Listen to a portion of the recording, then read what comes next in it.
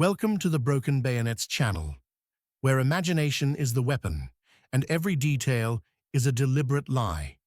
You stand in a cold, damp forest in Lorraine, France. The air smells of wet leaves, diesel, and the faint, acrid scent of distant battle. A canvas sheet, painted with the mottled greens and browns of camouflage, is the only roof over your head. You can hear the low rumble of artillery, but it's not what you think. It's a recording, played through massive speakers hidden in the woods, a ghost chorus for an army that doesn't exist. Have you ever wondered if the past is really the past? Or is it a story, constantly being retold, reshaped by artists and tricksters like you? The history you read in books is a polished stone, but you are here in the mud, holding the chisel. So before you get comfortable, take a moment to like the video and subscribe, but only if you find the content useful. We'd love to hear from you in the comments. Share which ghost legions of W2 history you know and which historical topics fascinate you the most. Now let's go back in time and walk in the footsteps of legend. The year is 1944. The autumn chill bites through your uniform as you receive the new orders. You are a member of the 23rd Headquarters Special Troops, a unit so secret its designation is designed to be utterly forgettable. To the rest of the US Army, you're just another headquarters battalion. To the enemy, you are meant to be something far grander, a phantom menace, a specter of steel and thunder conjured from thin air. Your latest assignment places you on the serrated edge of the war, attached to General George S. Patton's furiously advancing Third Army. His forces are a spearhead aimed at the heart of Germany, but even the sharpest spear can be broken if it strikes too directly. Your job is to be the feint, the flourish of the matador's cape that draws the bull's eye away from the blade. You are here to save lives by telling the most convincing lie of your life, a lie constructed from rubber, sound waves, and paint.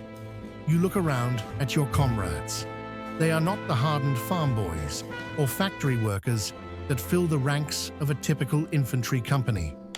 The man beside you, meticulously applying a fake divisional patch to his sleeve, was a set designer for Broadway productions a year ago.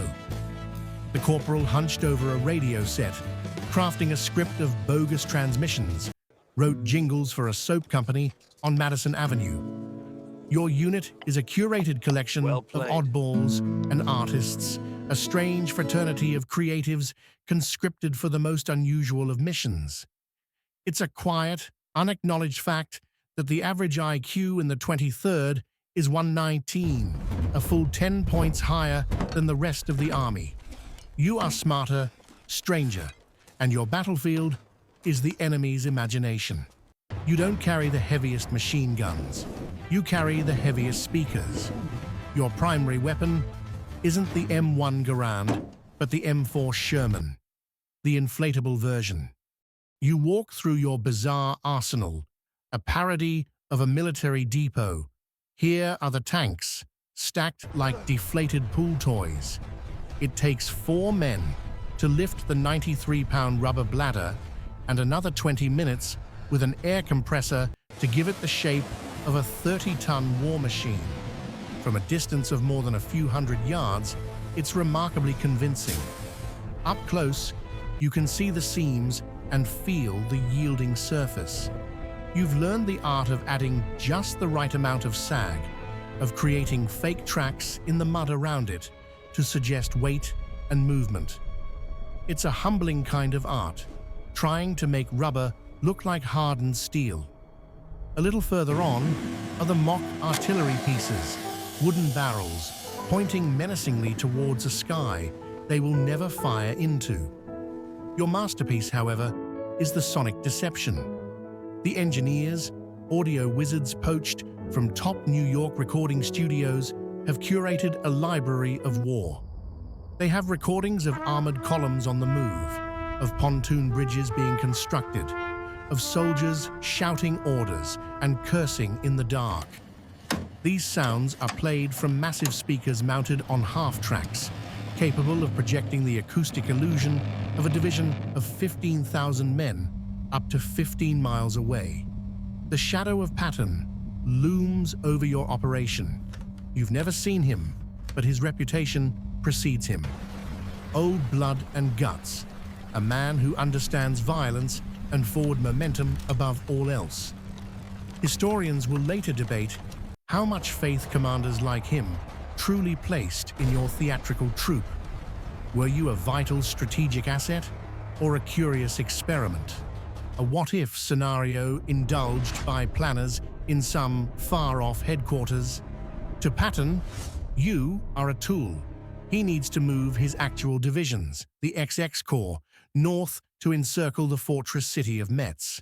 To do that, he needs the Germans to believe his main thrust is headed elsewhere. He needs them looking south, towards the Luxembourg border. And so, your ghost show is given its stage. You are to impersonate the 6th Armored Division, a real, battle-hardened unit known for its speed and ferocity. You will become their doppelganger, their spectral twin, drawing German reconnaissance, artillery, and possibly even their precious panzer reserves away from Patton's true objective. The orders are clear. You are to create a presence, a believable threat, in a sector of the front that is deliberately undermanned. The stage is a stretch of land near Bettembourg, a small Luxembourgish town perilously close to the formidable Siegfried Line. The audience for your performance is the German 7th Army. You pack your kit, which feels less like a soldier's gear and more like a roadie's. There are spools of wire, vacuum tubes for the amplifiers, cans of paint, and sewing kits for patching up bullet-riddled rubber tanks. There's a strange mix of gallows humor and professional pride in the air. You are actors preparing for opening night, and the critics are armed with 88mm cannons. The success of your mission won't be measured in territory gained, but in the enemy's reaction. Every German reconnaissance plane that buzzes overhead and reports your phantom column, every artillery shell that lands harmlessly in a field occupied by a rubber tank, is a victory. You are not fighting a war of attrition. You are fighting a war of perception. And as you begin your careful, quiet move towards the border, you understand the chilling reality of your task. You, a force of barely 1,000 men, must convince an entire enemy army that you are 15 times your size, and you must do it so well that they are willing to kill you for it. The night is a black velvet cloth draped over the rolling hills of Luxembourg. You move not with the clatter and roar of a real armored division, but with the quiet efficiency of a stage crew. Your work begins under the cloak of darkness, a meticulous, multi-layered process of creation. This is where the symphony of manufactured war is composed, note by painstaking note. Like the meticulous detail of a stage, the Ghost Army's illusions are elaborately built, layer by layer. Your first task is the visual orchestra. The deflated carcasses of M4 Sherman tanks and M10 tank destroyers are hauled from the trucks. The air compressors hiss to life, a sound quickly swallowed by the night. 4 of you wrestle with a single tank, guiding the heavy rubber as it swells from a flat, pathetic puddle into the formidable shape of a war machine. It's a strange and delicate ballet, positioning the 93-pound inflatables just so. They can't be lined up in perfect neat rows like toys. That's not how a real unit bivouacs. They must be arranged with a studied carelessness, one tucked behind a copse of trees, another angled as if preparing to pull onto the road. You use a shovel to carve fake tread marks into the soft earth, a shallow lie to suggest immense weight. You learn to read the landscape like a director reads a stage. A real tank commander would use that slight rise for a better field of fire. He'd park his supply trucks in that depression to shield them from observation. So that is where you place your rubber props. From the air, a German Fieseler Storch reconnaissance plane will see a perfect imitation of an armored division at rest.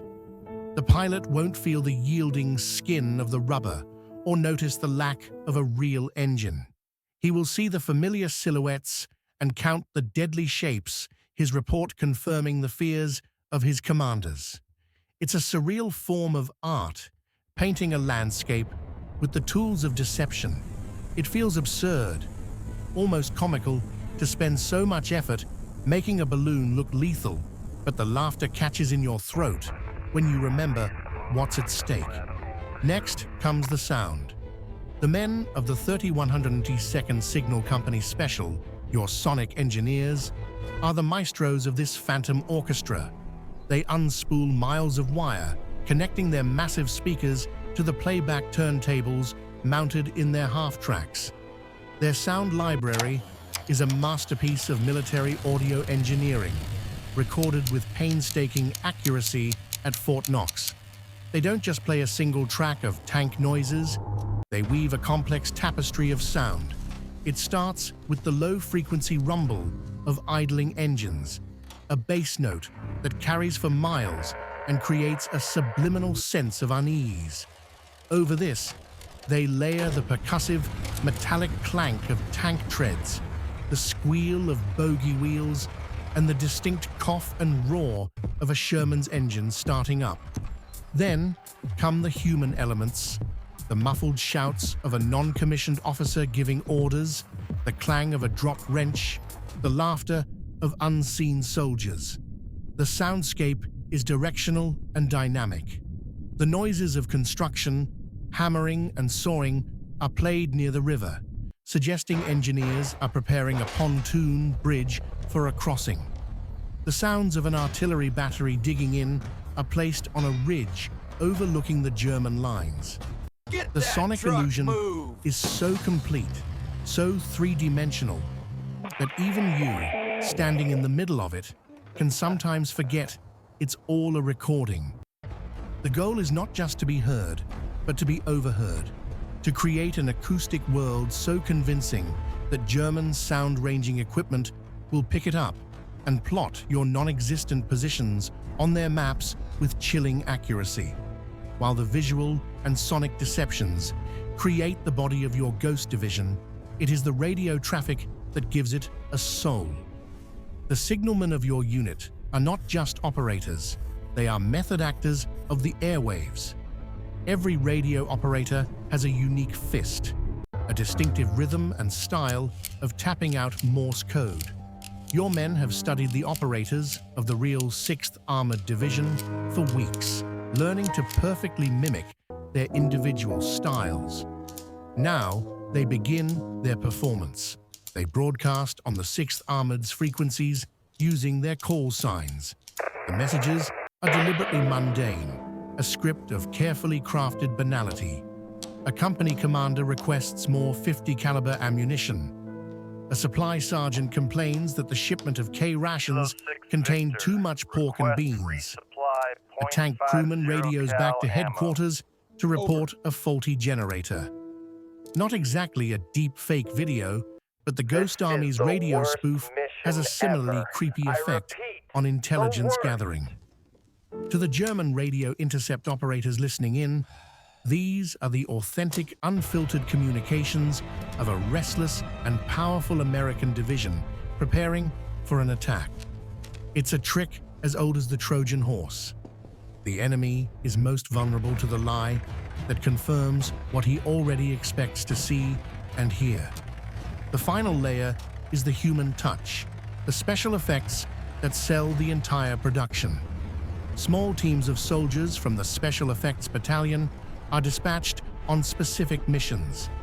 You might be assigned to drive a single jeep in a wide looping pattern between two villages, raising enough dust to suggest a column of vehicles on the move. Another team will take a 2.5-ton truck and drive it back and forth near the front lines all night, its headlights on, creating the impression of a constant flow of supplies to a major force.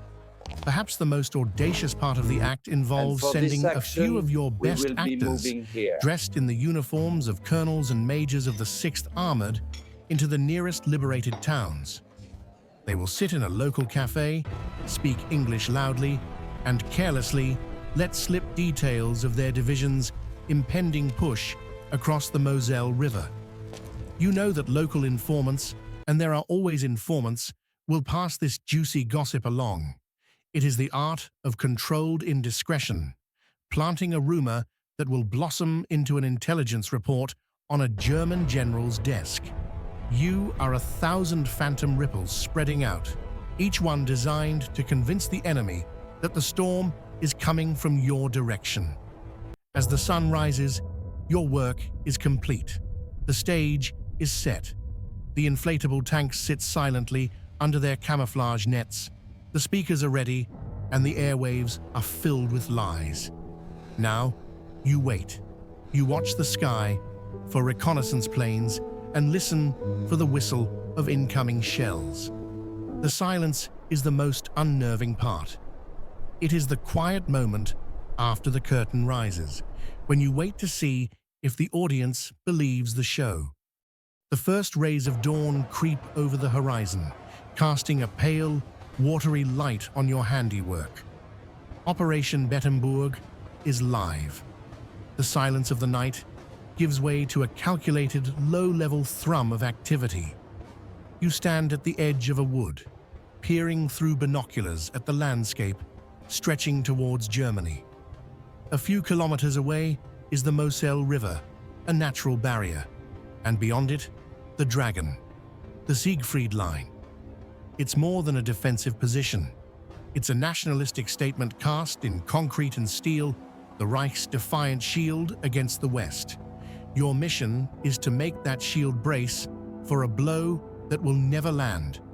You are to draw the unwavering gaze of thousands of German soldiers to become the focal point of their fear and suspicion. You are the bright, shiny object dangled before a paranoid beast. The town of Bettembourg and the surrounding countryside of Luxembourg is your stage. It's a landscape of rolling fields, dense forests, and quiet villages that have already witnessed 4 years of occupation. Now, they are the backdrop for this grand illusion. The strategic logic is sound.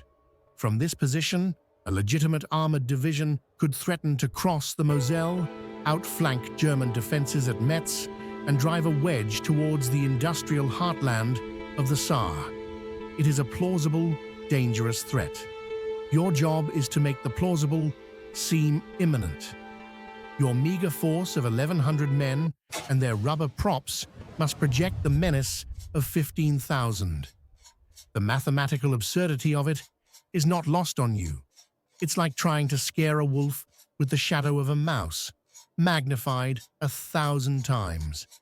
The performance begins subtly. The sonic half-tracks start their morning routine. The sound isn't the cacophony of battle, not yet. It's the sound of an army waking up.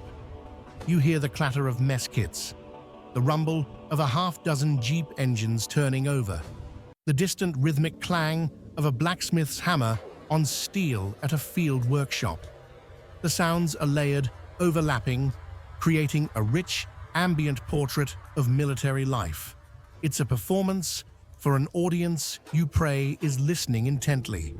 German intelligence is known for its meticulousness. Their sound-ranging units will be triangulating these noises, plotting your phantom workshops and motor pools on their maps. A quiet smile touches your lips as you imagine a German intelligence officer hunched over a map, carefully marking the position of a non-existent kitchen with a grease pencil. Your commanders understand the psychology of deception. You don't hide everything. The key is to practice the art of controlled discovery. You allow the enemy to find you. A small convoy of real trucks, maybe 3 or 4, is sent down a main road in broad daylight. From the air, the dust cloud they kick up could belong to a column of 50. A single, real M4 Sherman tank, you have a few for just this purpose, is parked in a field, deliberately placed under a poorly constructed camouflage net. It's a rookie mistake, one a German reconnaissance pilot is trained to spot. He will fly back to his base, proud of his discovery, never suspecting that the prize he found was bait, left for him to report back to his superiors. You are not just building an illusion, you are writing a story for the enemy, and you're letting them feel like they are the ones discovering the plot. The primary target of this elaborate fiction is the Siegfried Line itself, or the West Wall, as its creators called it.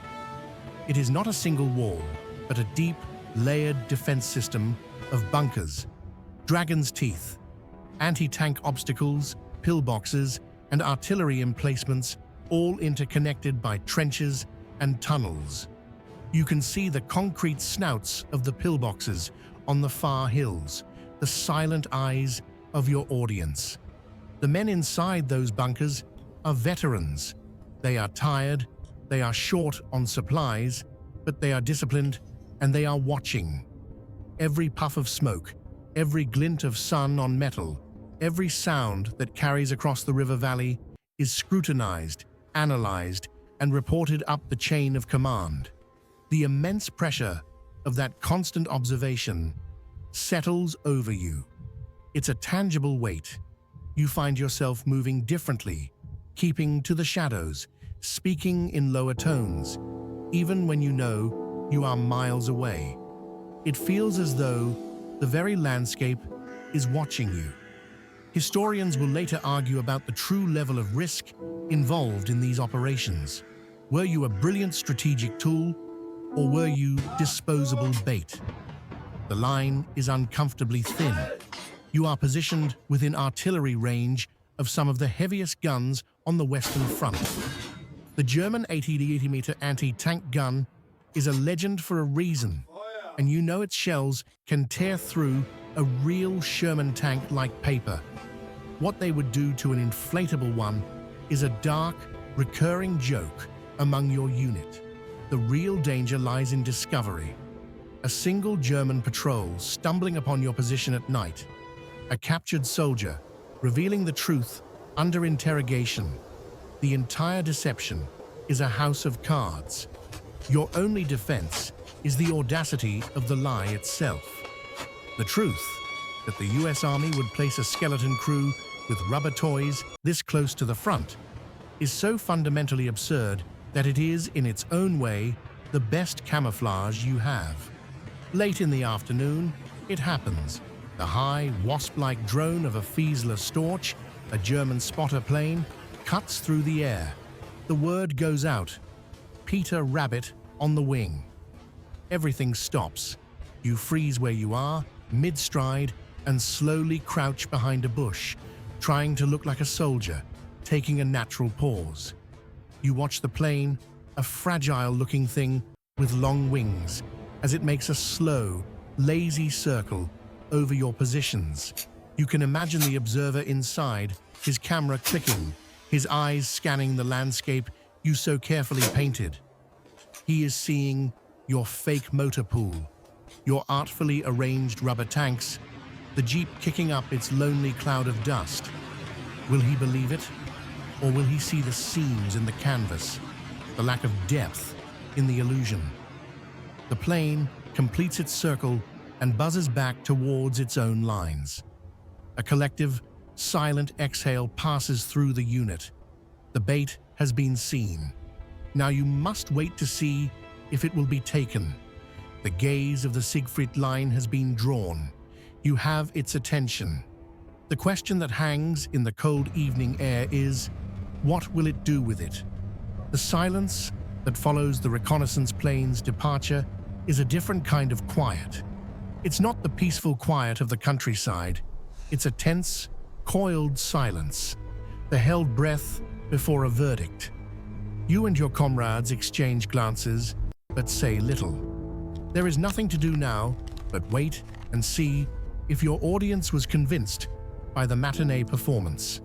You eat your cold K rations, the processed meat tasting like cardboard and anxiety. Every rustle of leaves in the wind sounds like an approaching footstep. Every snap of a twig like the crack of a distant rifle. You are acutely aware of your own fragility, a tiny cog in a grand theatrical machine, positioned precariously close to an enemy that does not understand the concept of a play. The sun dips lower, painting the sky in hues of orange and purple, a beautiful, indifferent backdrop to your suspense. The first response from across the Moselle is not a bang, but a whisper. It's a change in the ether, a shift in the enemy's radio traffic that your own intercept operators pick up. New call signs appear. The chatter is more urgent, referencing armored formations and potential river crossing sites. Your potential crossing sites. The lie is alive. It is moving through their command structure, traveling from an observer in a plane to an intelligence officer at a desk, and now to commanders in the field. You can almost feel the ripples of your deception spreading through their network. Like a virus of misinformation, it infects their maps, their plans, their very perception of the battlefield in front of them. You wonder what the German commander on the other side of the river is thinking. Is he utterly convinced? Or is he simply a cautious man who cannot afford to ignore a potential threat, no matter how it appears? Historians will debate this for a century, but for you, in this moment, it doesn't matter. Cautious is good enough. Cautious means he will divert resources.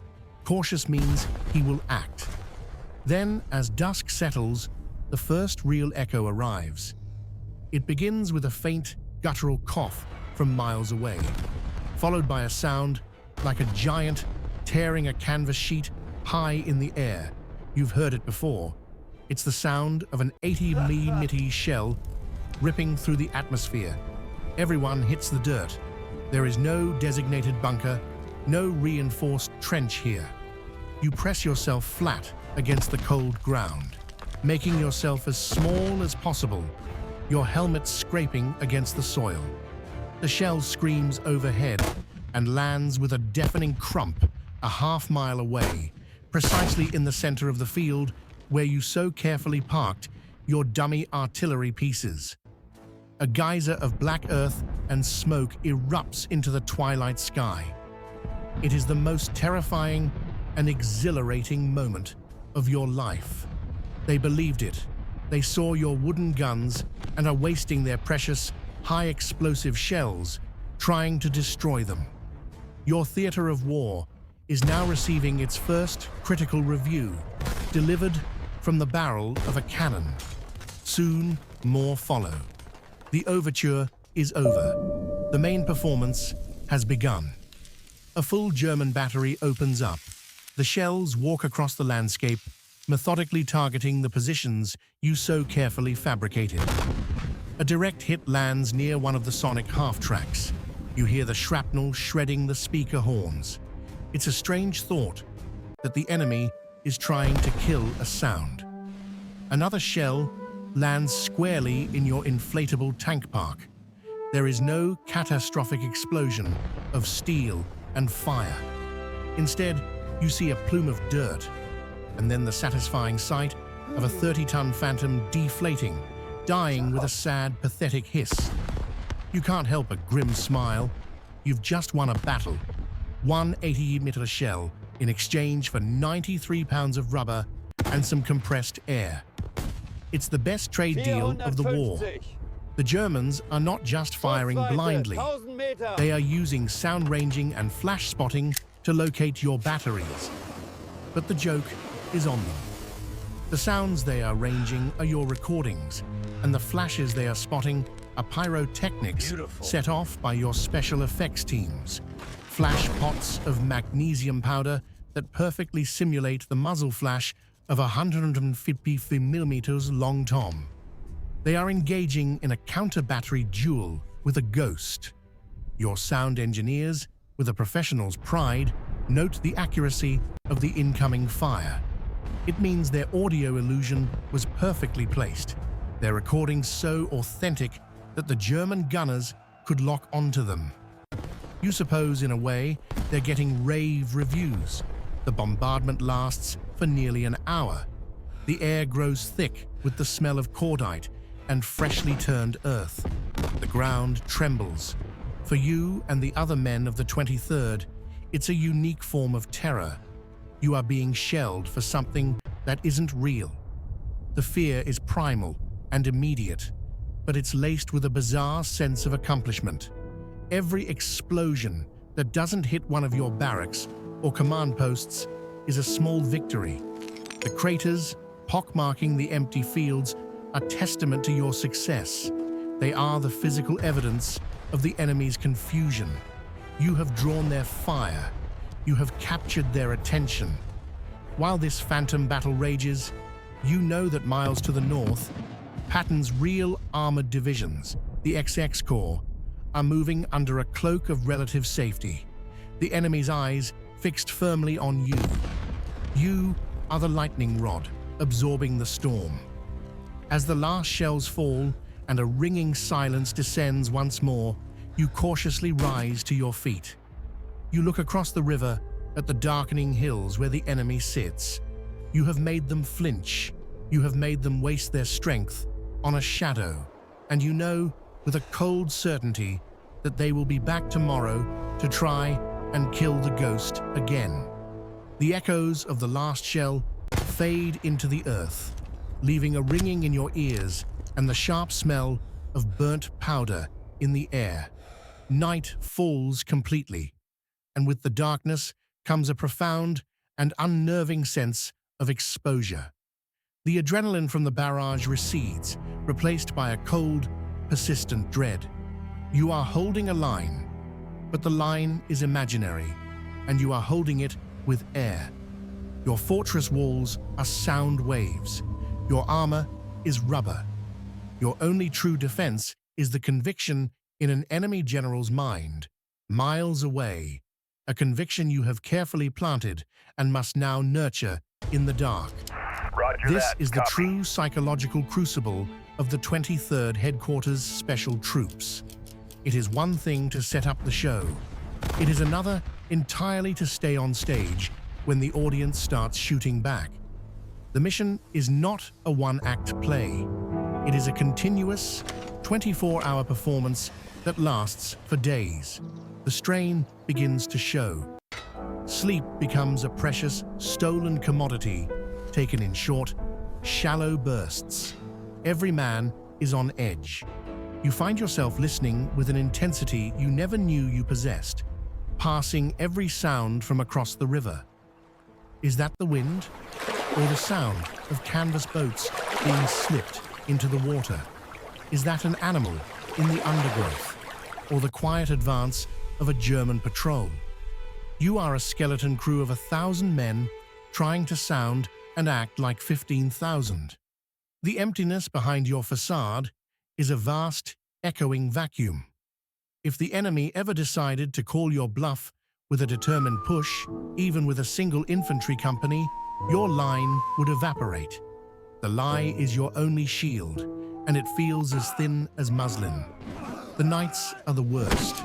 The sonic deception changes its tune from the busy clamor of the day to the quieter, more sinister sounds of an army preparing for a night attack. Your sound engineers play recordings of tank engines being refueled, of hushed, tense conversations between squad leaders, of the metallic click of ammunition boxes being opened. It is a lullaby of lies meant to keep the enemy awake and anxious in their bunkers.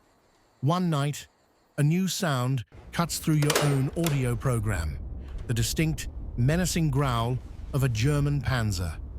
It isn't a recording, it's real. Somewhere on the other side of the river, its engine turning over, perhaps moving into a new firing position.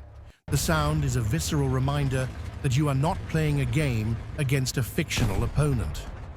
The monsters just beyond the stage are real. They have teeth of steel. You are assigned to a listening post on a small rise overlooking a shallow bend in the Moselle. Your job is to simply watch and listen, a human tripwire. For hours, there is nothing but the chirp of crickets and the cold sweat on your neck. Then you see it, a flicker of movement on the far bank. A shadow detaches itself from other shadows. Then another, a German patrol. They are not crossing, not yet, but they are observing. You freeze, your heart pounding a frantic rhythm against your ribs. You are armed with a rifle, but what good would that do? A firefight would be a disaster. The sound of a real American M1 Garand is different from a German Mauser, and a real firefight sounds nothing like your carefully curated recordings. A single shot could betray the truth of your small numbers. You stay perfectly still, a statue carved from fear, and watch as the shadows eventually melt back into the darkness. They saw nothing. They heard only the distant, deceptive rumble of your armored division. You let out a breath you didn't realize you had been holding for 10 minutes. It's a victory no one will ever know about. A battle won with silence and stillness. The gallows humor that keeps the unit sane becomes sharper, more refined. Hey, what did you see out You there? joke about submitting damage reports for one M4 Sherman, inflatable, suffered catastrophic deflation due to shrapnel. You award imaginary medals to the man whose fake muzzle flash drew the most enemy fire. It's a coping mechanism, a way to laugh at the sheer, terrifying absurdity of your situation. You are artists who have stumbled into the most dangerous art installation in the world. A man who once designed window displays for department stores in Manhattan is now an expert in the visual signature of a resting tank battalion. It's a surreal transformation. Like the meticulous detail of a stage, the Ghost Army's illusions are elaborately built layer by layer, and you realize that your own identities are being layered over as well. The artist buried beneath the soldier beneath the grand illusionist. A controversial point that gnaws at you, and at many of the men, is the true state of the enemy's mind. Are they completely fooled, or are they merely cautious? The German army on the Western Front in late 1944 was a battered but still formidable force. They were masters of defense and not easily tricked. Is it possible that some seasoned German sergeant peering through his binoculars sees that the sag in your rubber tank is just a little too pronounced?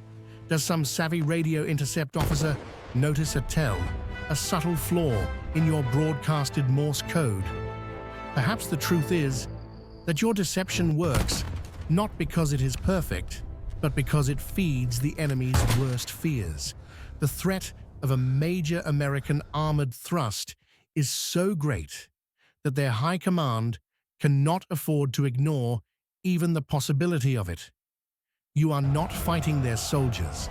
You are fighting their paranoia. And as long as they keep wasting shells on you, as long as they keep their reserves tied down watching you, Patton's real Third Army continues its deadly advance northward toward Metz, unmolested. You are the scarecrow. And for now, the crows are staying in their field. But every day you stand in that field, you wonder when one of them might get bold enough to fly down and see that you are only made of straw. The order arrives not as a command shouted across a field, but as a whisper passed down the line. A coded message on the radio that translates to a single, beautiful phrase: the show is over. For 8 days, you have held this phantom line. For 8 days, you have drawn the fire and the fury of the German 7th Army. And it has worked. Miles to the north, the city of Metz is now fully encircled by Patton's actual forces. The spearhead has done its work, while the enemy was distracted by your elaborate flourish. There is no applause, no victory parade.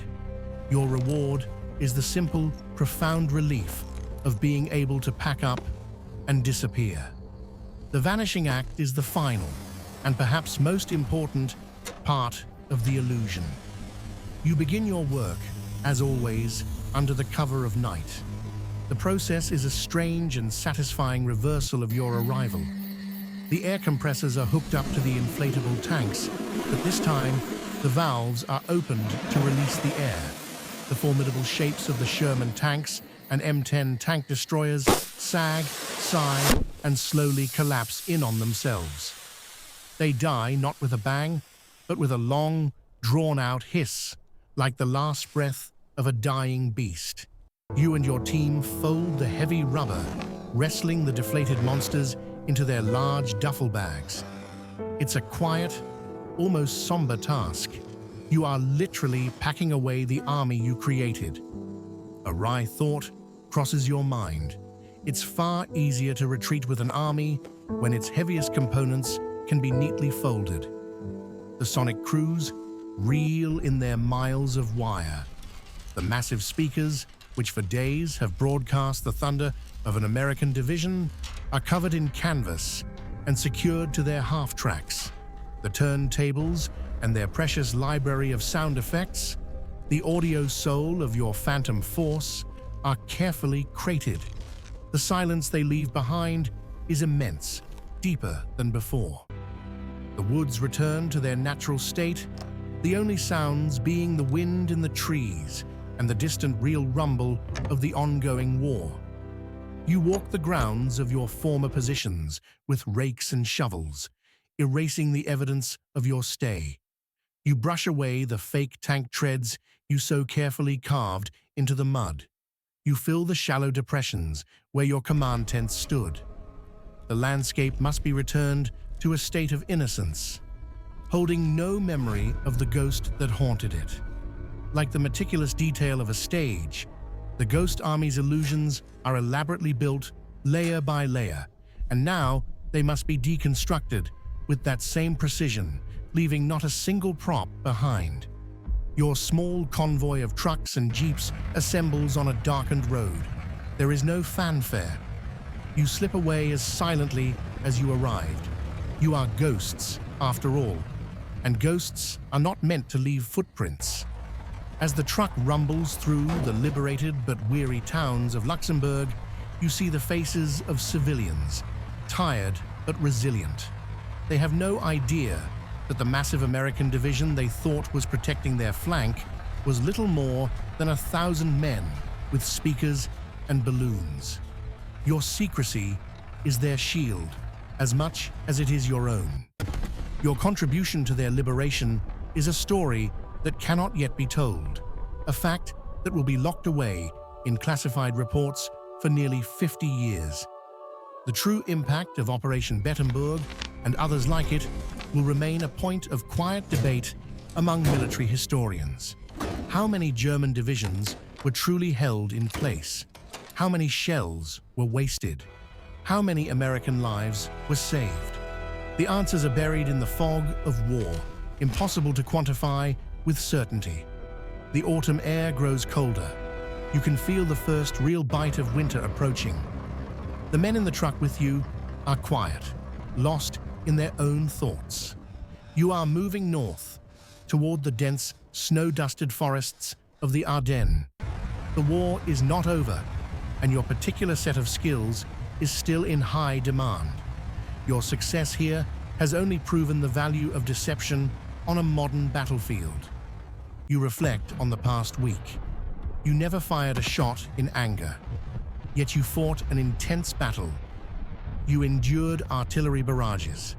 You felt the cold dread of being hunted by an enemy you could not fight. Only fool. Your victory is measured not in ground taken, but in the enemy's intelligence reports, in the craters that pockmark empty fields, in the German quartermaster logs, detailing the expenditure of thousands of rounds of artillery on phantoms. You have proven that sometimes the most effective weapon is a well-told lie. Your work is the art of saving lives through misdirection, a strange and noble craft practiced in the shadows. The curtain has fallen on Luxembourg, but you know another is about to rise on a new and much colder stage. And so, the curtain falls on this particular stage of a much larger, more terrible war, and the men of the 23rd Headquarters Special Troops rumble on toward their next performance. Their legacy is not one of celebrated battlefield charges or cities captured, but something quieter, more ephemeral, and perhaps more profound. It is a legacy written in the saved lives of other soldiers, in the confusion of an enemy command, and in the successful advance of armies who never knew the full extent of the spectral shield that guarded their flank. The sounds of their phantom war fade into the memory of the rolling hills of Lorraine, and the inflatable tanks, those strange rubber beasts of the battlefield, are packed away for good. For decades, the story of these artists, actors, and engineers would remain a whisper, a classified secret known only to a few. Their incredible contributions to the liberation of Europe, a ghost in the grand narrative of the Second World War. Today, the forests along the Moselle stand silent and peaceful, the only remaining witnesses to the strange and audacious symphony of manufactured war that once echoed through their trees.